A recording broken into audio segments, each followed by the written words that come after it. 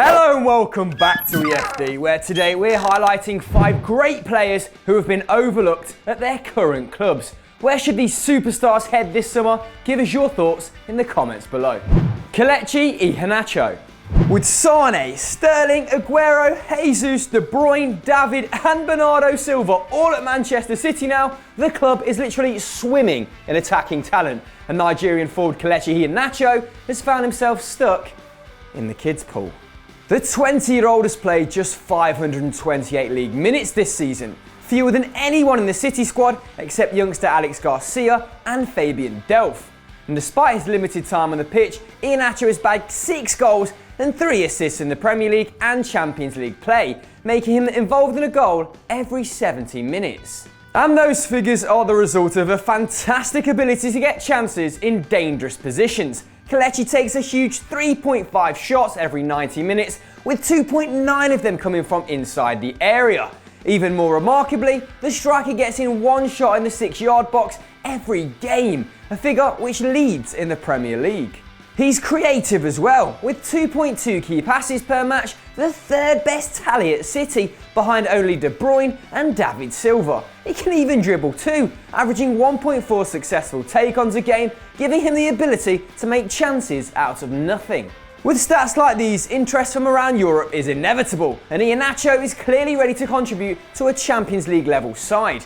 Rumours have him on the radars of PSG, Hoffenheim and Dortmund, and if Aubameyang leaves BVB, they could do a lot worse than take a punt on the Nigerian. Mateo Kovacic.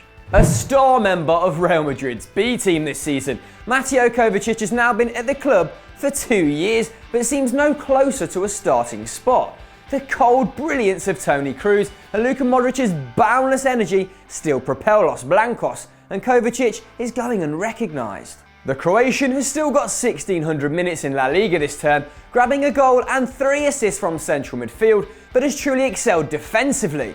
He makes a combined 3.6 tackles and interceptions a match, with Casemiro the only player to complete more tackles than he does. Under 1 chance created per game and a 91% pass accuracy suggests that Kovacic is not exactly setting the world on fire in attack, but he is able to move Madrid up the field with genuinely exceptional dribbling skills. This year, he's completed more than 3 dribbles a game. That's the same number as Alexis Sanchez and Aguero, and his success rate is sky high at 82%. Oh yeah, rugger. Stats-wise, Kovacic is very similar to Arsenal's Santi Cazorla and Leipzig's highly coveted Naby Keita. And like Cazorla, he's comfortable with both feet. He's also reasonably quick, strong, and at just 23 years old, he'd be a smart acquisition for any top Premier League side this summer, if they can convince Real to let him go. Rafinha. From one young star in Spain to another, Rafinha has struggled for game time this year, with a series of injuries preventing him from capitalising on Barcelona's midfield dysfunction. The 24-year-old has played on the right and in central midfield and picked up an impressive 6 goals and 2 assists in just 1,000 league minutes, making him a direct contributor to a goal every 135 minutes. That's more often than Chelsea's Eden Hazard. And Rafinha only looks better when compared to Barca's other midfield options. He's racked up a 93% pass accuracy this season, above Andre Gomez's 88% and Rakitic's 86%. And he creates more chances than either, with 1 a game. Not only a creator, he outshoots them both too, getting off 2 shots per match, with 75% of those inside the area. So perhaps he's slacking on the defensive end? Not at all. The Brazilian makes 2 tackles and interceptions per 90, the 5th highest tally in the Barcelona squad. Compare that to Andre Gomez, who wins the ball back just twice a game and is dispossessed 1.8 times. Hardly elite figures.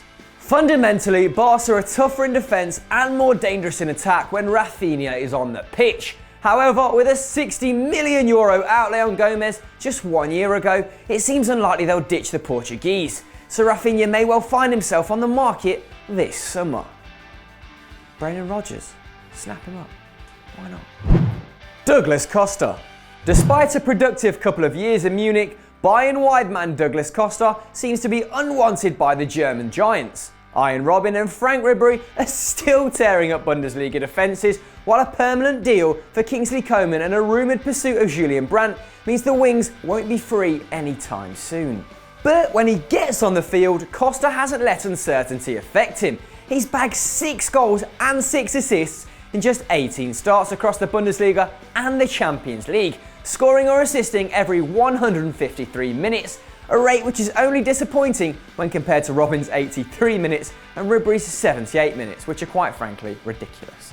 In space on the wing, the Brazilian's pace and trickery make him lethal. He completes 62% of his dribbles, that's better than the Flying Dutchman, and leads Bayern in completed take-ons, getting past his mark on nearly 4 times a game, a number only bettered by one Bundesliga player, Ousmane Dembele.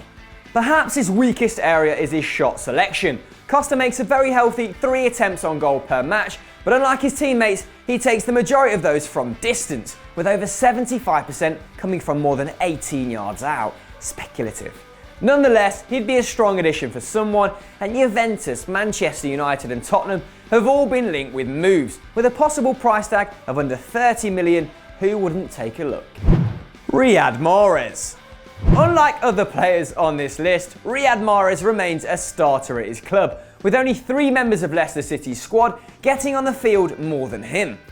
A drop-off from last year's spectacular season was inevitable, but the Algerian still has 10 goals and 5 assists in all competitions this campaign. Last year, everything he hit went in, with 20% of his shots turning into goals, while this year, his conversion rate is at a lowly 8%. Now that's below average and likely to rebound, given that the winger's shot numbers remain reasonably consistent, with 2.4 against last season's 2.6. Mahrez's creative numbers are still strong too, with key passes dropping from 1.7 to a still very good 1.5. Here, Jamie Vardy's patchy form might be to blame for Mahrez getting fewer assists, as the Englishman is taking half the number of shots per game that he was getting last year. Defences have found Vardy out, and Mahrez may have paid the price. There are a couple of genuine concerns too. Last year's player of the season is dribbling less, with his 2.5 take-ons per 90 down 1.5 on the title-winning campaign, and he's doing less defensive work. Last year, the Foxes benefited from huge work rate on the wings, and Mahrez made 2.5 tackles and interceptions every match. This term, that's at 1.8.